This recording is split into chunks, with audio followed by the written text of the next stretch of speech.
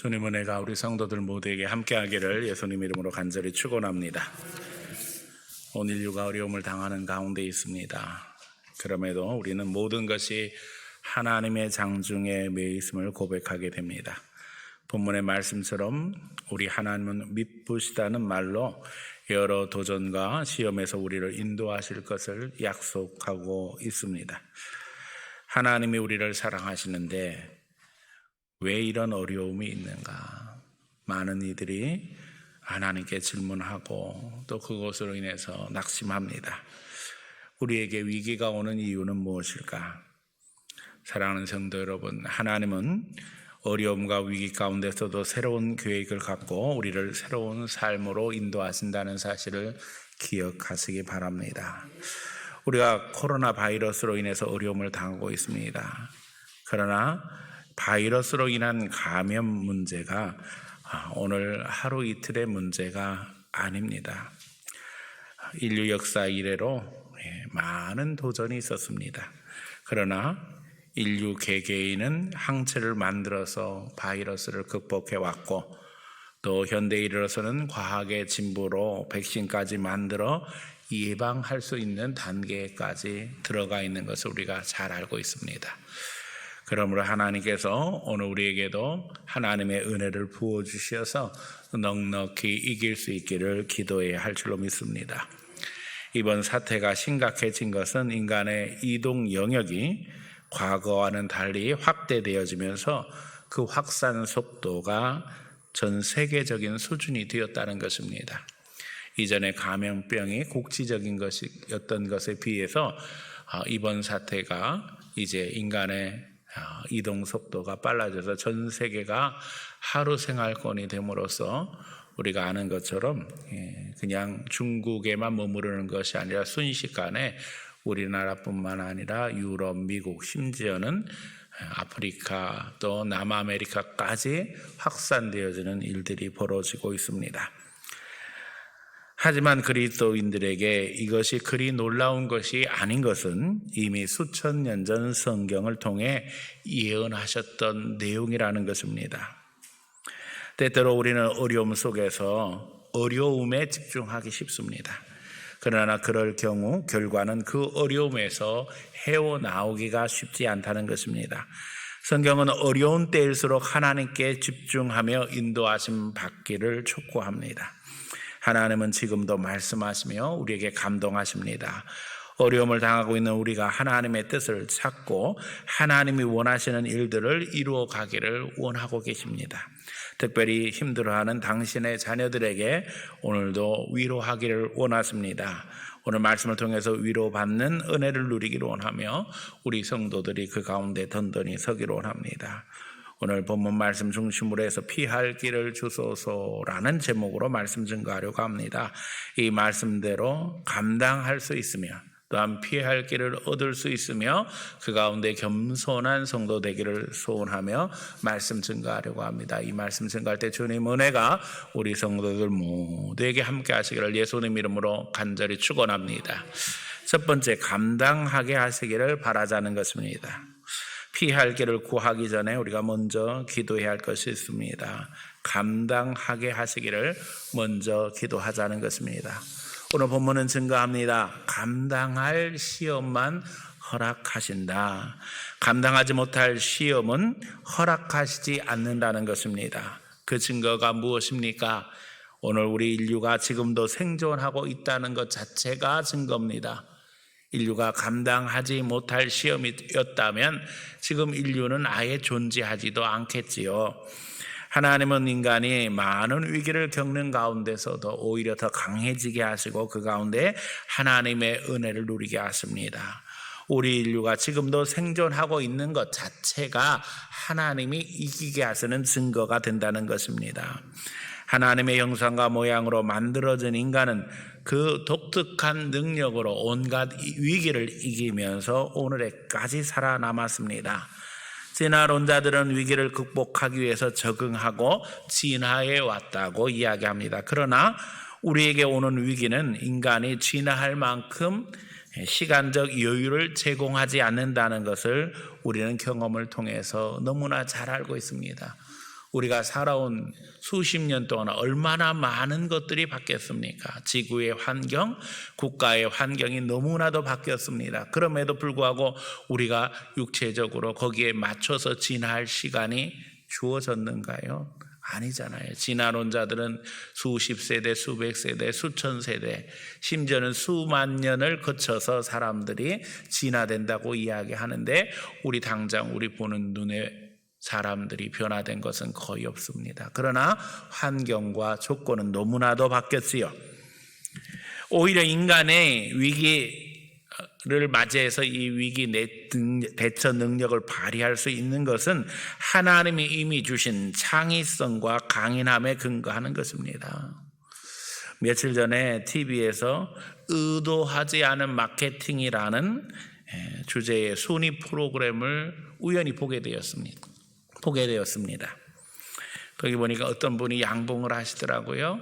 그런데 야간에 와서는 전부 다 이 벌집을 다 망가뜨리는 일이 벌어졌습니다. 그래서 그 벌집을 망가뜨리는 범인을 잡기 위해서 CCTV를 설치했는데 CCTV를 보고 깜짝 놀랐어요. 그 범인이 사람이 아니라 곰이었어요. 곰이 와가지고 그 벌집을 다 뒤집어 놓고 그 굴을 꺼내서 먹는 거예요. 그래가지고는 이 양봉업자가 어떻게 해야지 이것을 해결할 수 있을까 하다가 맛있는 곰이 좋아하는 다른 음식들을 차려놓고 근리 유인하려고 노력을 하는데 이 곰이 보통 똑똑한 게 아니에요. 안 속아요. 그래서 이 양봉업자가 생각을 바꿨습니다. 이 곰을 통해서 진짜 어떤 꿀이 맛있는지를 시험해 봐야 되겠다. 그래서 꿀을 종류별로 쭉 늘어놓으니까 이 곰이 꿀맛을 알고는 제일 맛있는 꿀을 골라내는 거예요. 그래서 혹시라도 이게 놓은 자리에 따라서 바뀌는가 해서 그걸 또 바꿔서 이렇게 늘어놓았는데 역시 선택하는 꿀이 똑같은 거예요. 그래서 이 양봉업자가 이 곰이 선택한 꿀을 가지고 이제 장사를 시작하기로 마음을 바꿨습니다. 그래서 브랜드 상표에도 곰의 얼굴을 넣고 또 CCTV로 그 촬영한 동영상을 이제 올리고 뭐 이러면서 장사를 하게 되었어요. 결국 대박이 났다는 거예요. 위기는 왔는데 사람은 그 위기로 인해서 포기하는 것이 아니라 그 가운데서 오히려 더 창의적이고 적극적인 능력으로 이 위기를 벗어날 수 있다는 것을 보고서 많은 것을 깨달았습니다. 오늘 우리도 마찬가지죠. 안 된다고 낙심할 일이 아니라 그 가운데서 하나님 앞에 기도하면서 지혜를 구하고 어떻게 돌파할 수 있을까 인도하심 받으면서 오히려 하나님의 은혜 가운데 든든히 설 수 있는 성도들 되시기를 축원합니다. 코로나로 우리가 어려움을 겪고 있습니다. 그러나 이번 위기도 잘 감당하게 하실 줄로 믿습니다. 참으로 하나님께서 우리에게 힘 주심으로 말미암아 하나님이 감당하게 하실 것이라는 것입니다. 모든 것이 하나님의 주권에 매여 있기 때문입니다. 오늘 성경은 이야기합니다. 하나님은 미쁘신 하나님이시다. 미쁘시다는 뜻이 무엇이죠? 믿기에 충분한, 믿을 만한 하나님이시라는 거예요. 하나님은 어제나 오늘이나 동일하십니다. 하나님은 오늘도 우리를 사랑하십니다. 그래서 저는 늘 항상 히브리서 11장 40절을 강조하지요. 하나님이 우리 위해서 더 좋은 것을 예비하셨은즉 우리가 아니면 저희로 온전함을 이루지 못하게 하려 하심이라. 하나님은 우리를 위해서 더 좋은 계획을 가지고 도전하십니다. 당장 보기에는 어렵고 힘들지만 오늘 코로나 바이러스 사태에도 하나님의 뜻이 계시고 또 그 가운데서 우리에게 더 좋은 것으로 인도하신다는 것을 기억하면서 기도하는 가운데 승리하는 성도들 되시기를 축원합니다. 하나님이 이 시대에 원하시는 것이 무엇인가 점검하면서 잘못된 것들이 있다면 바로 잡고 또 그 가운데 필요하다면 하나님 분별력을 주세요. 기도하는 가운데 지혜가 필요한 시대입니다. 특별히 우리 그리스도인들의 눈이 열려져서 시대를 분별하고 그 가운데서 하나님 앞에 인도하심 받음으로 말미암아 우리 모두의 삶이 하나님의 은혜 가운데 풍성해지며 또 그 가운데 지혜로운 삶, 전략적인 삶이 될 수 있기를 예수님 이름으로 간절히 축원합니다. 코로나 사태로 많은 기업들, 자영업자들, 시민들이 어려움을 있습니다. 특별히 20, 30대의 좌절이 한계를 넘어서고 있습니다. 견딜 수 없는 상황들이 벌어지고 있습니다. 교회도 예외가 되지 못하고 있습니다. 심각하게 말하면 교회가 직격탄을 맞았다고 할 수도 있습니다. 또 도를 넘는 언론과 정부의 도전이 교회에 있었습니다. 그것을 보면서 누구를 탓하기 전에 추락한 한국교회의 위상을 고민할 때인 것을 깨닫습니다. 사랑을 나눠줘야 할 교회가 스스로 참으로 교회 걱정을 해야 하는 그런 상태가 되고 말았습니다. 그러나 이유가 무엇인가 생각해 보면 이유는 간단합니다. 교회가 본질을 회복하지 못했다는 겁니다. 교회의 본질이 무엇입니까? 여러분, 교회의 궁극적인 목적이 무엇인가 잘 알아야 됩니다. 제가 학생들 채점을 하고 있는데 보니까 교회의 궁극적인 목표가 무엇이냐, 수업 시간에 지금 다 인터넷으로 강의가 되기 전에 강의하고 이제 제가 채점을 하는데 보니까는 강의를 듣고 지금 신학 수업을 해서 목회신학 공부하고 있는데도 이 소리 저 소리 별소리를 다 써놨어요. 답은 너무나도 분명해요. 개혁주의 신학에서 교회의 궁극적인 목표는 무엇인가? 하나님의 영광을 드러내는 거예요. 인본주의자들은 교회가 사랑을 실천하고 그런 얘기들을 많이 해요. 그러나 보세요, 우리가 그리스도의 사랑을 체험하지 못하고 실천할 수 있어요? 인간의 한계는 분명합니다. 결국 교회의 궁극적인 목적은 세상 사람들이 생각하는 것과 달라요. 하나님의 영광을 드러내는 것입니다. 그러려면 어떻게 해야 되는가? 우리 그리스도인들이 본질적 추구, 다시 말하면 하나님과의 관계 회복에 나서지 않으면 안 된다는 거예요. 하나님과의 관계를 통해서 우리가 하나님으로부터 체험 받아야지만 우리가 세상에 나가서도 빛과 소금의 역할을 감당할 수 있는 거지요. 우리가 무슨 사랑의 능력이 있습니까?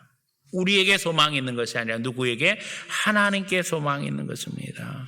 그러므로 하나님과의 관계를 바르게 회복하면서 오늘 우리는 이 코로나 사태를 이길 뿐만 아니라 이제는 나가서 세상을 치유하고 세상을 인도할 수 있는 하나님의 사람이 되어야만 합니다. 하나님과의 관계가 회복될 때에 우리는 전쟁 중에서도 평안을 누릴 수 있고 어려움 속에서도 다른 이들을 위로할 수 있고 도울 수 있다는 사실 늘 기억하는 가운데 주여 우리 모두에게 감당할 능력을 주시옵소서. 무엇보다도 하나님이 주시는 능력을 덧입게 하여 주시옵소서. 기도하는 가운데 예수 이름으로 승리하는 귀한 성도들 다 되어지기를 예수님 이름으로 간절히 축원합니다. 두 번째는 피할 길을 주시기를 기도해야 할 것입니다. 감당하기에는 너무나도 부족한 우리의 모습입니다. 연약하기 그지없고요. 그래서 저는 때때로 비겁하게 하나님 앞에 기도합니다. 하나님 피할 길을 주세요. 여러 가지 도전이 많으니 교회도 마찬가지고 우리 성도들도 마찬가지고 이때에 피할 길을 주세요. 그런데 이 기도가 두렵습니다. 뭐를 피해야 하는지, 피해야 할 것이 진짜 어려움과 위기를 피해야 하는 것인지 여러분 우리가 심각하게 생각해야 될 것은 피할 것이 따로 있다는 도전을 하시는 거예요. 세상 방법, 세상 유혹을 피해야지요. 그래야지 감당해 나갈 수 있다는 것입니다. 십자가를 지고 가는 것을 피하고 싶은 것이 우리 마음인데, 어려움을 피해가기를 원하는 것이 우리 마음인데, 하나님은 그것은 감당하게 하시고 뭘 피하게 하셔요? 세상의 유혹, 세상의 명예, 세상의 전략을 피하기 원하신다는 거예요. 세상을 닮아가는 우리의 행동과 습관이 바뀌어지지 않는다면 우리는 완전히 승리할 수 없습니다. 코로나 사태를 겪으면서 그리스도인들은 하나님의 경고에 귀를 기울여야 합니다. 감추었던 것들이 다 드러남으로 말미암아 우리가 보지 못했던 것들을 보게 되어지고 진짜 더 큰 위기가 무엇인지를 깨닫게 되어집니다. 처음에는 이 코로나 사태가 왜 생겼는가 사람들이 이야기하면서 무분별한 자연 파괴 때문에 그렇다, 또 유전자 조작을 했다, 여러 가지 경고의 이야기가 나왔습니다. 코로나 바이러스 감염 경로 이야기하면서 처음에는 우한 시장에서 왔다 이러면서 그 시장에서 박쥐를 팔아서 박쥐를 잡아먹었느니 무슨 천연갑을 먹었느니 우리는 보지도 못한 거를 먹고 있다는 거예요, 중국 사람들이. 그래서 이 코로나 바이러스가 사람에게 전염됐다. 그런가 하면 또 생태 환경을 파괴해가지고 이 동물들의 서식지가 파괴됨으로 말미암아 그 서식지가 사람들의 영역과 겹쳐짐으로써 이런 전염이 일어났다. 별별 말이 다 나왔습니다. 더 충격적인 이야기가 나온 것은 실험실에서 이거는 유전 조작을 통해서 만들어낸 것이다 하는 이야기까지 등장하게 되었습니다. 여러분들도 이런 이야기들을 다 들어보셨을 줄 압니다. 그런데 거기에 더해서 더 감추었던 것들이 드러납니다. 이건 더 충격적이지요. 거의 음모설 수준입니다. 4차 산업혁명으로 일컬어지는 정보, 통신, 보안의 발전 속에서 더 많은 도전들이 있는 것을 우리가 현실적으로 보고 있어요. 4차 혁명의 기술의 실현화, 실용 가속화를 두고 미중 경쟁 속에서 이 코로나 바이러스 사태가 벌어진 것이다 이야기합니다. 실제로 코비드-19 이 코로나 사태 기간 중에 개인의 정보를 추적하고 수집하고 개인을 통제하는 일이 급속하게 광범위하게 진행이 되었습니다. 이런 것들이 중국의 통제나 한국의 방역 속에 그대로 다 드러났지요. 자유를 인간 실존의 가장 큰 이슈로 생각해온 서구 사회와는 달리 인권에 대한 큰 고민 없이 국가 전체의 이익을 위한다는 명분으로 4차 산업의 새로운 시스템이 순식간에 실험을 마친 상태가 되었습니다. 이미 벌써 다 실험이 끝났어요. 지난 10달 동안에. 그래서 사실은 교회의 통제도 완화가 되어지고 있는 것으로 평가하고 있어요. GPS 추적이 일반화되었습니다. 그래서 우리가 핸드폰만 들고 다니면 우리가 어디를 가는지 다 확인이 되어지지요. 온 나라에 CCTV가 설치되어져서 개인의 사생활이라는 것은 이제 존재하지 않게 되었습니다. 또 QR코드가 도입되어져 가지고 전자신분증, 요즘에는 어디 가든지 다 전자신분증 만들려고 지금 관공서에는 다 설치를 했어요. 더 나가서 중국에는 안면 이술 인식 기술, 그래서 13억 중국인의 얼굴만 들이대면 이 사람 누군가가 딱 나온대잖아요. 그런 것들을 다 지금 연구 개발하고 이미 실현을 마친 상태가 되었어요. 많은 사람들이 이런 변화를 피할 수 없는 일이라고 이야기합니다. 심지어는 수년 내에 인공위성을 2만 개 띄어서 지금은 한 6천 개 정도 된다는 거예요. 전 세계의 모든 지역을 네트워크화할 수 있게 되어진다는 거예요. 지금은 인터넷이 안 되는 지역이 의외로 많이 있습니다. 우리 대한민국은 너무나도 잘 돼 있으니까 우리가 그런 것을 느끼지 못하지만은 지금 오지에는 인터넷 안 되는 곳이 많은데 앞으로 2, 3년 안에는 전 세계 인터넷이 안 되는 곳이 없기 때문에 결국에는 전 세계가 네트워크화 되어지고 또 인류가 하나의 정부 아래 통제 아래 들어가게 될 것을 예견하고 있습니다. 그래서 미국, 중국의 패권 경쟁이 더 강화되어졌다는 거예요. 하나의 정부를 향해서 가는데 어느 나라가 주도권을 가질 것인가. 그런 상황에서 중국의 화웨이가 백도어를 통해서 정보 수집하고 원격 조정하는 등 온갖 4차 산업혁명의 기술들을 실천하고 있다는 것을 미국이 폭로했지요. 그래가지고 결국에는 정보를 모아도 모든 것들이 중국이 가지고 있는 빅데이터, 데이터베이스 안으로 다 들어가고 있다는 거예요. 사실은 다 두려워요. 우리가 중국 전자제품 많이 사용하고 있는데 거기서 사용하고 있는 센서에 달려있는 카메라를 통해서 우리의 사생활을 얼마든지 감시할 수 있고 그 자료를 가져갈 수 있을 뿐만 아니라 또한 그것에 해킹해가지고 그걸 자기들이 원하는 대로 조작할 수 있는 그런 시스템을 만들었다는 거예요. 그래가지고선 지금 뭐 미국뿐만 아니라 거기에 EU, 영국, 호주, 뭐 세계 많은 나라들이 동조를 하고 중국을 고립화시키는 일까지 벌어지고 있습니다. 이거 우리와 전혀 상관없는 문제가 아닙니다. 정부의 정책이 얼마나 개인의 삶에 많은 영향을 주는지를 우리가 지금 뼈저리게 느끼고 있잖아요. 실제로 세계가 한 정부로 단일화된다면 우리가 당할 혼란과 어려움은 점점 더 커지겠지요. 물론 지금 정부가 말하는 것처럼 시간 지나면 안정화될 것이라는 이야기를 하게 될 것입니다. 그러나 세계가 급속히 단일화되는 이 상황 속에서 그리스도인들은 심각한 우려를 표하며 하나님 앞에 기도해야 됩니다. 왜냐하면 이것이 마지막 심판으로 가는 길임을 이미 성경이 우리에게 말씀하셨어요. 우리는 성경의 바벨탑 사건을 너무나도 잘 알고 있습니다.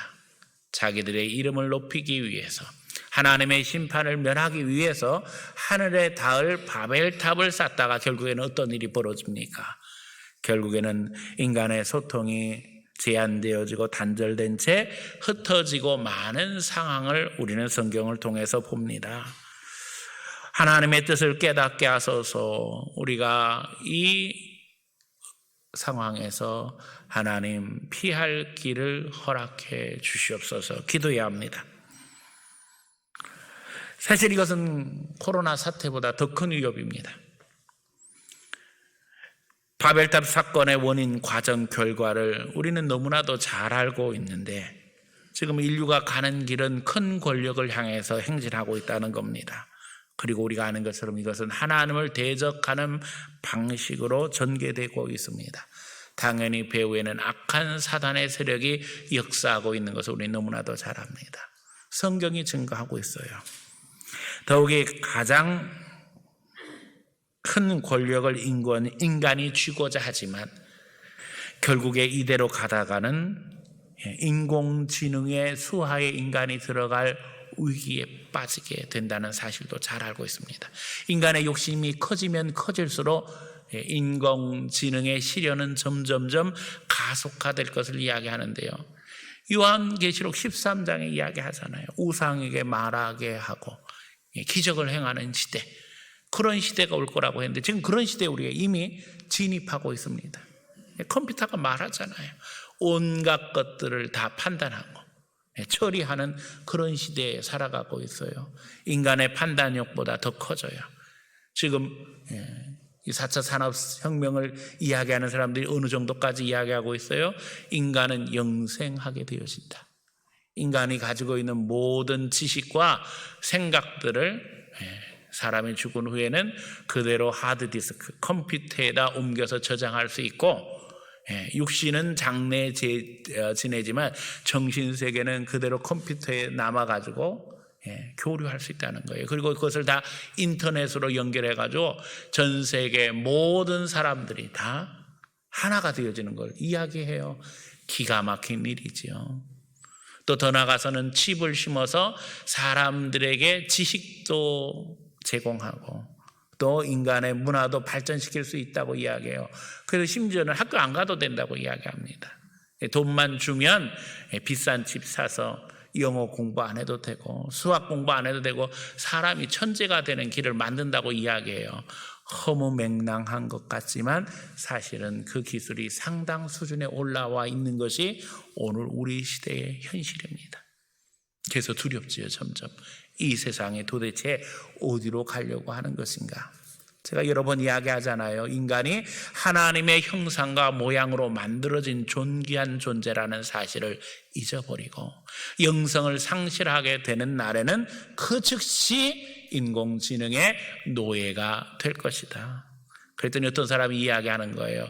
절대 노예는 되지 않지만 우리가 애완견을 대하듯, 애완견 대할 때 어떻게 해요? 사랑해주고 도와주고 먹여주고 입혀주는 것처럼 앞으로 인공지능이 인간을 애완인으로 만들 거라는 거예요. 인공지능이 우리를 사랑해주고 우리를 먹여주고 입혀주고 우리를 도와줄 거라는 거예요.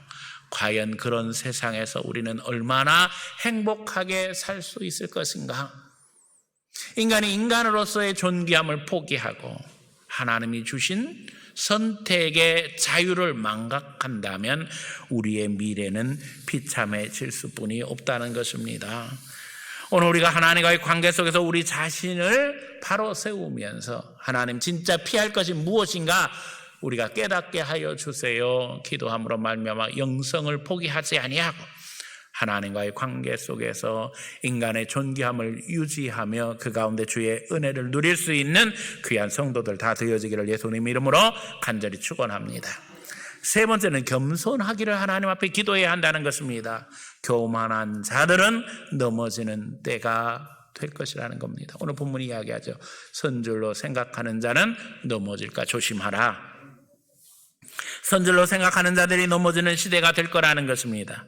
어려움을 이기기 위해 피할 길을 찾고 감당하기 위해 인간이 더 위대해지고 강해져야 하는 것 아닙니까? 더 긍정적으로 생각하고 더 적극적으로 행동해야 하는 것이 아닌가요? 그런데 본문의 말씀은 위기를 이기기 위해서는 겸손해져야 된다는 거예요.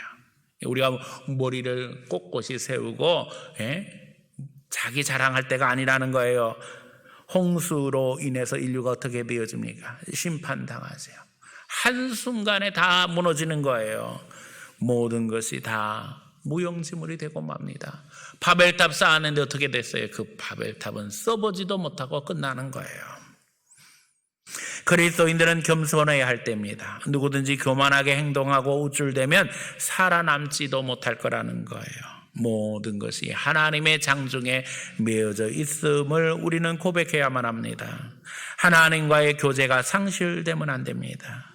우리가 어떻게 하나님 앞에 이 어려운 일들을 감당해 나갈 수 있겠습니까? 오늘 우리는 하나님 앞에 우리 자신의 신앙을 통해서 점검하고 겸손을 배워야만 합니다. 제가 언젠가 이 큰 개구리의 이야기를 했습니다. 이 큰 개구리가 허풍 떨다가 결국엔 입 터져 죽었다고 그랬잖아요. 오늘 우리가 두렵고 떨리기가 그지없어요. 하나님 앞에 믿음 안에서 겸손하게 자신을 낮추지 않으면 안 된다는 거예요. 내가 뭐나 좀 되는 줄 착각하고 뭔가 할 수 있다고 생각하는 그 순간 우리는 교만해지게 되고 또 그렇게 행동하면 패망할 수 없는 것이 오늘 우리의 현실입니다.